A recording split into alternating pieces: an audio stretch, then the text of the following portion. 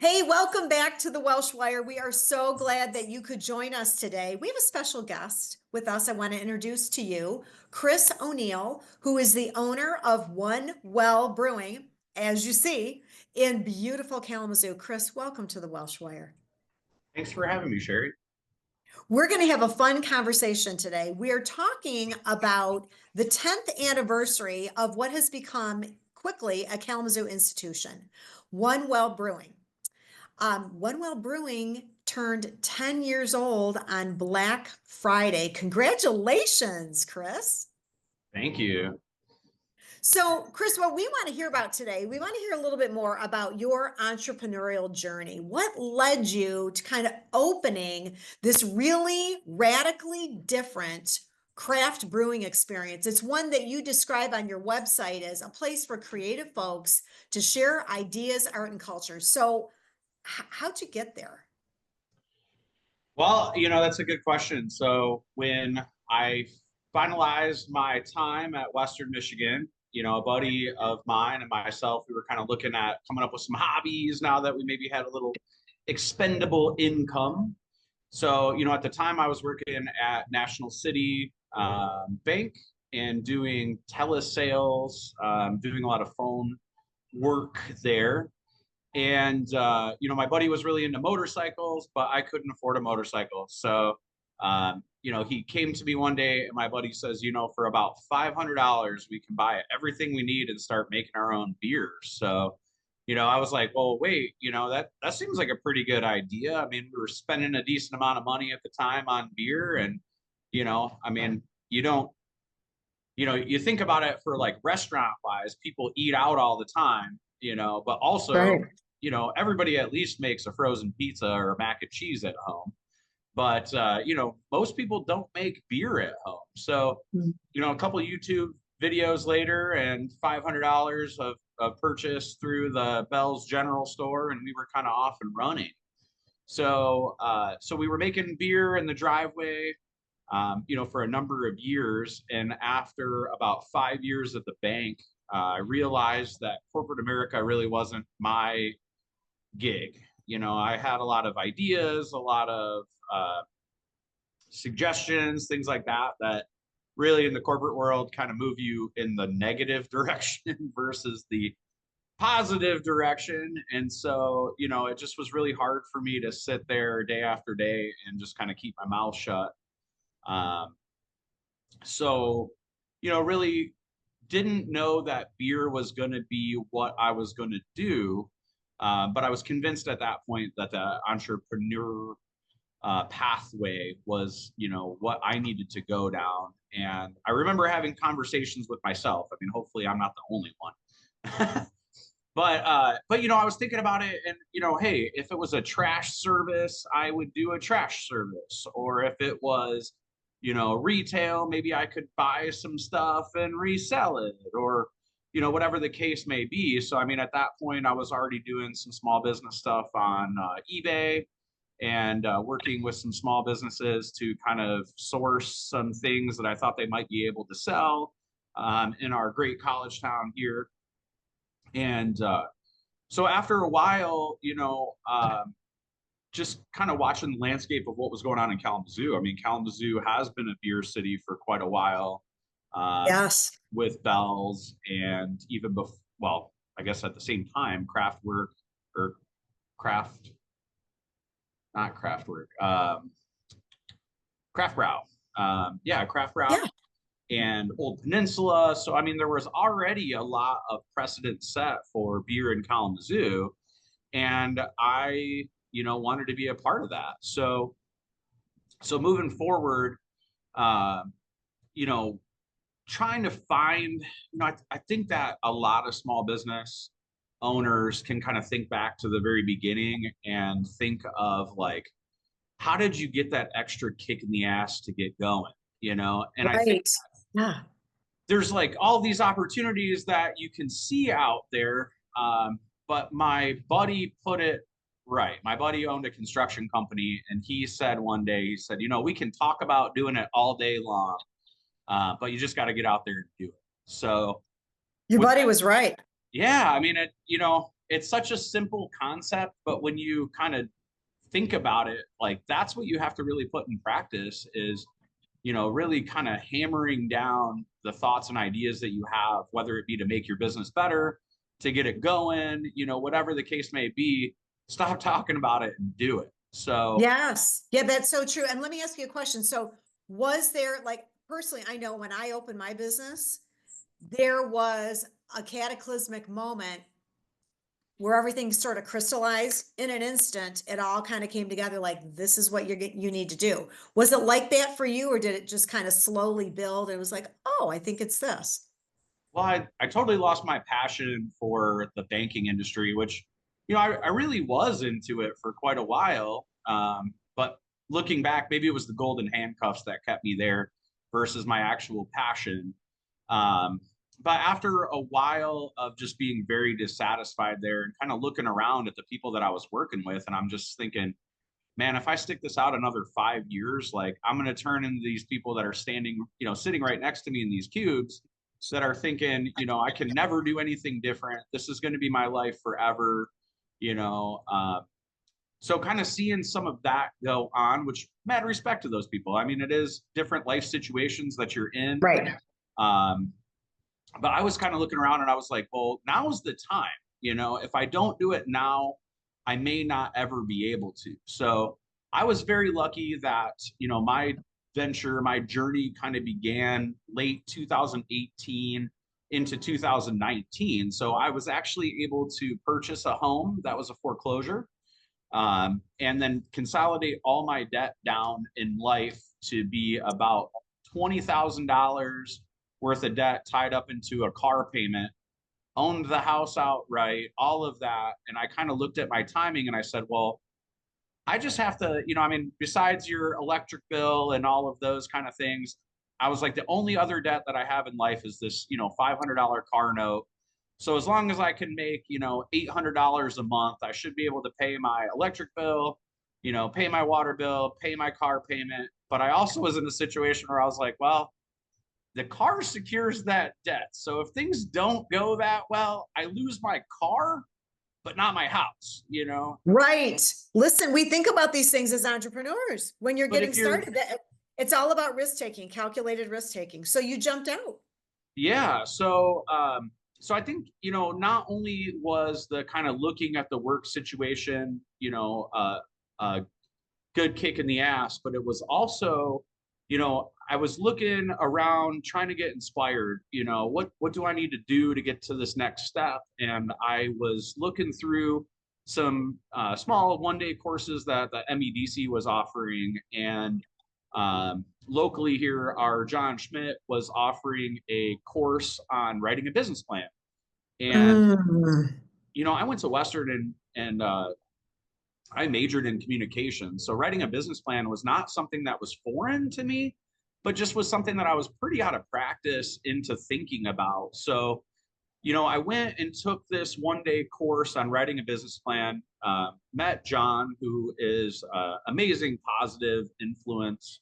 Um, when kind of thinking, I mean, I think a lot of small business owners could maybe appreciate this, but a lot of my really good friends, even at the time, were kind of saying, "Are you sure you want to do this? Are you sure? Like, what if you fail?" And John was there being my cheerleader the whole way, saying, "Man, that's a great idea. You've got some cool ideas here, and I think you're going to do just fine." Um, Yeah. And everyone needs that when they're jumping out for the first time and opening a business, but they also need the grounding of a business plan. And you had somebody who could really provide you with both and the yeah, help that MEDC and John gave you, right? I mean, it's so, so important. I have a similar experience, right? I mean, I had a CPA that I worked with who said, this is going to be great. You're going to do so awesome in this. But yet I made myself develop a full-blown business plan. And that is what really becomes your touch point and your cornerstone for Yeah. executing things. And that's so, so good. So you jumped out, you did it. Let's fast forward and talk about your secret sauce because, listen, wildly successful 10 years later. Like, I drive by your place all the time. I don't come in as often as I probably should, but my doctor is glad that I'm not there every day, because that would not be a good thing for my health probably. But yes, I mean, your parking lot is packed 7 days a week, like stuff is going on there all the time. You've got some secret sauce. What do you think it is that now on the 10th anniversary, Chris, what makes your place so special? People coming back time and time again. Well, when I kind of compare what we do with, industry colleagues or local competitors, or, you know, um, for me, I think early on it was, make sure that you don't just get stuck at your own place, right? It's easy to look at those kind of things. And even some of us maybe that don't have businesses that are bringing in the public, regularly, it's easy to forget that there's other people out there doing similar things. And, I think that the secret sauce really has been to continue to go out, to look at what other people are doing, to, take in from the perspective of the customer of saying, what is this place doing good? And what sucks about this place? And how do we make sure that we don't suck? And how do we make sure that if somebody else has a good idea, I mean, hopefully, nobody out there feels like we're just copying everybody else's ideas. But at the Yeah. same time, it is hard to look and say that, most ideas haven't already been thought at least once by somebody. So it is kind of going and looking and saying, if these other businesses are doing well and these are the things that we like about them, how do we incorporate that back into our business? And I remember Yes. telling a fellow business owner quite a while back that, if you're not every day trying to make something about your business better, that really it's kind of like time to get out of business. And Right. I don't think that person took it too positively. And I was just like, man, realistically, if you sit there with the mentality that you know everything, that you're already the greatest, that you don't need to change everything, change is going to pass you by, and it happens every day, whether it be a changing, market. I mean, we're in a market now where younger people are drinking less than, other generations, or drinking less beer.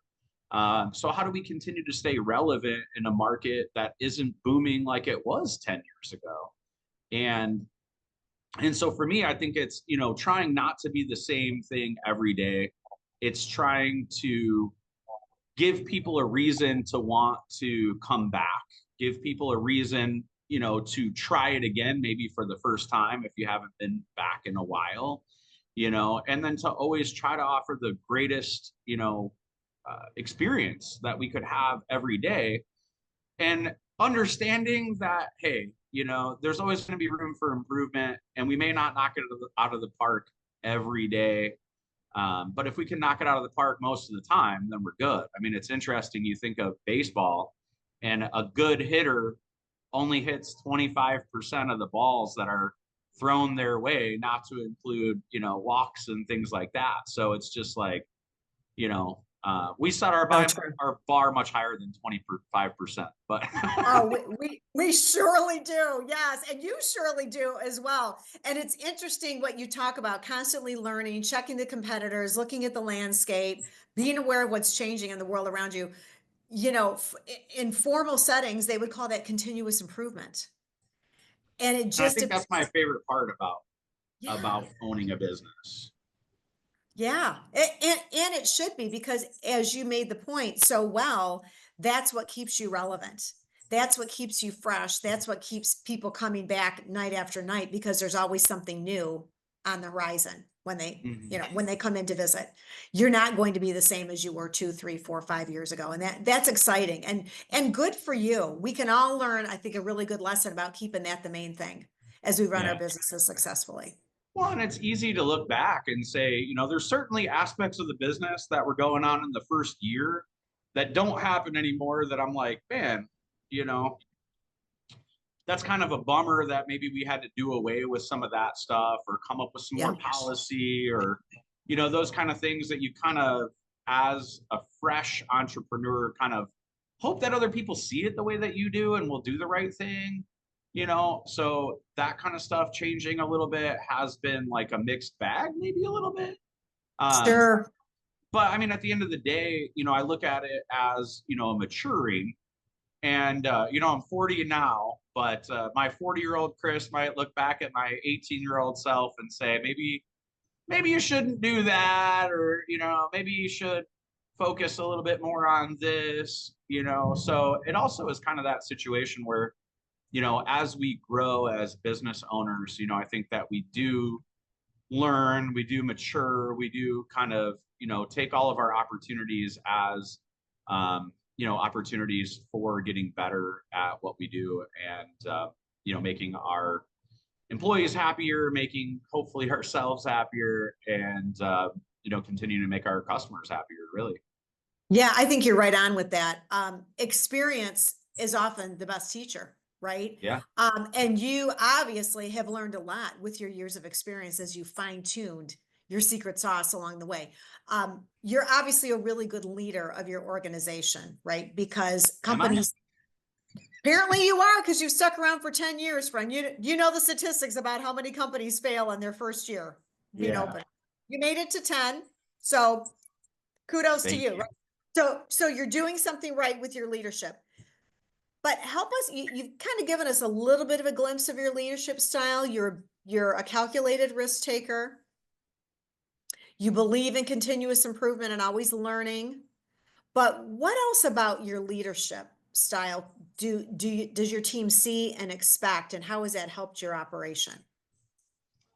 Well, definitely earlier on, it was a lot harder to let other people make decisions. It was a lot harder to sit in a group setting, hear people's opinions, and not feel like, your opinion might be the best of the opinions. Um, I think that's maybe a hard-headed side of myself. But I think again, believing in yourself, whether it's you, the business owner, or, you know, hoping to get your management staff, your leaders to believe in themselves too, is such a big part of that because, we can't be here every minute of every day. That's We can't right. make every decision, even though we That's may right. want to. And then we also have to understand that maybe our thoughts and our decisions aren't the greatest, which is also a really tough one. It, Or at it least, is, and I mean, I get that. I see that too, again, in my own business, right?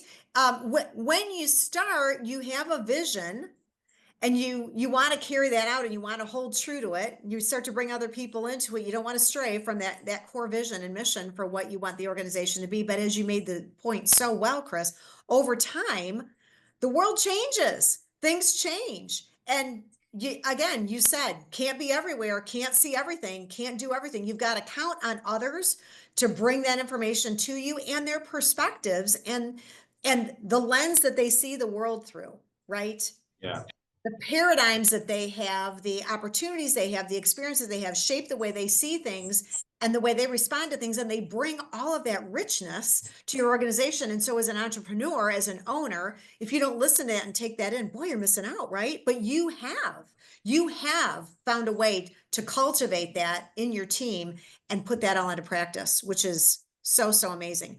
I'm sure your success story is fantastic, but I'm sure that, like any entrepreneur, you have had some setbacks and challenges along the way. Um, I think that that's sometimes the most interesting part of people's story is to hear maybe a story. Share with us a time where you just really took and triumphed where you could have had a tragedy. yeah. Well, as a lot of small business owners that I've met, a lot of times it starts off as a partnership and maybe doesn't continue on that way. That was definitely a struggle. I had a partner when we first opened, and our creative directions weren't the same, and so it did kind of get to a head, and was a very confusing, a very scary time in the business, because I knew for me that this was something that I wanted to do for more than a year. It was more than a 2 year thing. I mean, this was like a lifetime of, you know, at least an adult lifetime of thinking, that I'm not going to be the 9 to 5 guy anymore. I Yeah. am going to be my own situation. And so, when that happened, and I wasn't sure, if I was going to end up with the business, if my partner was going to end up with the business, if neither of us were going to end up with the business, it was a pretty scary situation. And, um, one that I knew that was kind of over my head at that point for resolution. So, sometimes you really have to look out there and, bring in professional help. Mhm. I was, I hadn't really dealt with a lot of lawyers, that kind of stuff, but, that proved to be, so valuable for the transition that I was going through of ownership, that man, without some good solid legal advice, I may not be here talking about, 10 years. So, I mean, that was definitely, a big turning point with the business. And, kind of went from, feeling like it was, I could make some decisions, somebody else could make that, to man, now it all falls on one person's shoulders. So, I mean, it kind of Right. went from feeling maybe a little more relaxed to then kind of like, oh, well, now there's nobody else that's going to be, driving the creative direction. Nobody else is going to be making the big deal decisions.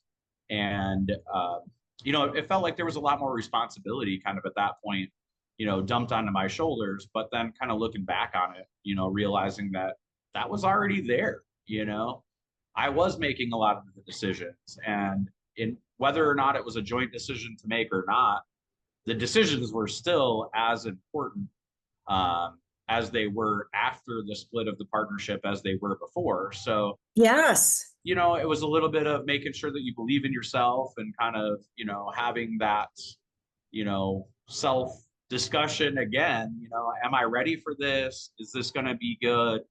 You know, um, do I believe in myself? And as you were able to kind of answer yes to those questions, it really kind of changed my perspective for the future.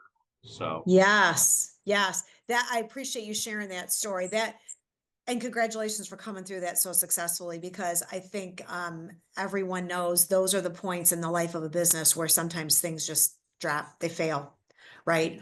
Many companies can collapse at that point, split into two, and even just sharing your personal struggle with, okay, now it's all about me. I have right. to make the decisions. How am I going to go forward with this? Do I have the confidence to really do it? That can also be a transition where things can really start to flounder. But you came through that successfully, and now I think you've got maybe even some bigger goals and bigger dreams for where you want to go. What are the future plans today? What's rolling through your mind for what happens next for One Well?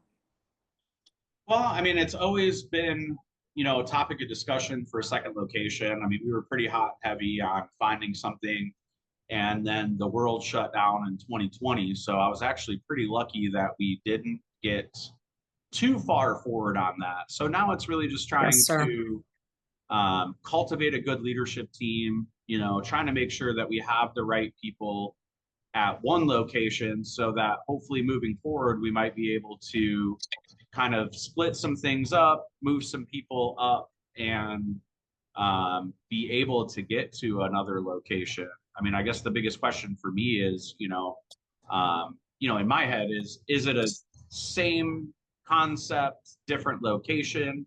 Is it a different location, different concept? I think that there are plenty of cool things to focus on. I mean, it could be, I've looked at other companies that maybe focus their second location on a finer dining option, or we could move into the distillery realm and start to do some spirits. So, I mean, there are other opportunities, or we can look at just a totally different location and say, you know, the model's been awesome here. There's never been a shortage of comment cards of people saying, when are you going to open one of these in my city? You know, and you know, Right. from Detroit to Chicago, you know, to Indy. I mean, there's definitely people that are traveling from a ways away from areas that have really cool options already, saying, we think that your option is a better option than what we have going on in our local area. So, you know, I think that that is like, you know, that great reassuring point of feeling that we are making, you know, an impact on our guests that come in, you know, and hopefully it is the ability to continue to offer some higher level jobs for people that are, you know, ready for that, that are, you know, have proven themselves to be, you know, quality employees and have proven themselves as good decision makers. So, I mean, really, it's, Yeah.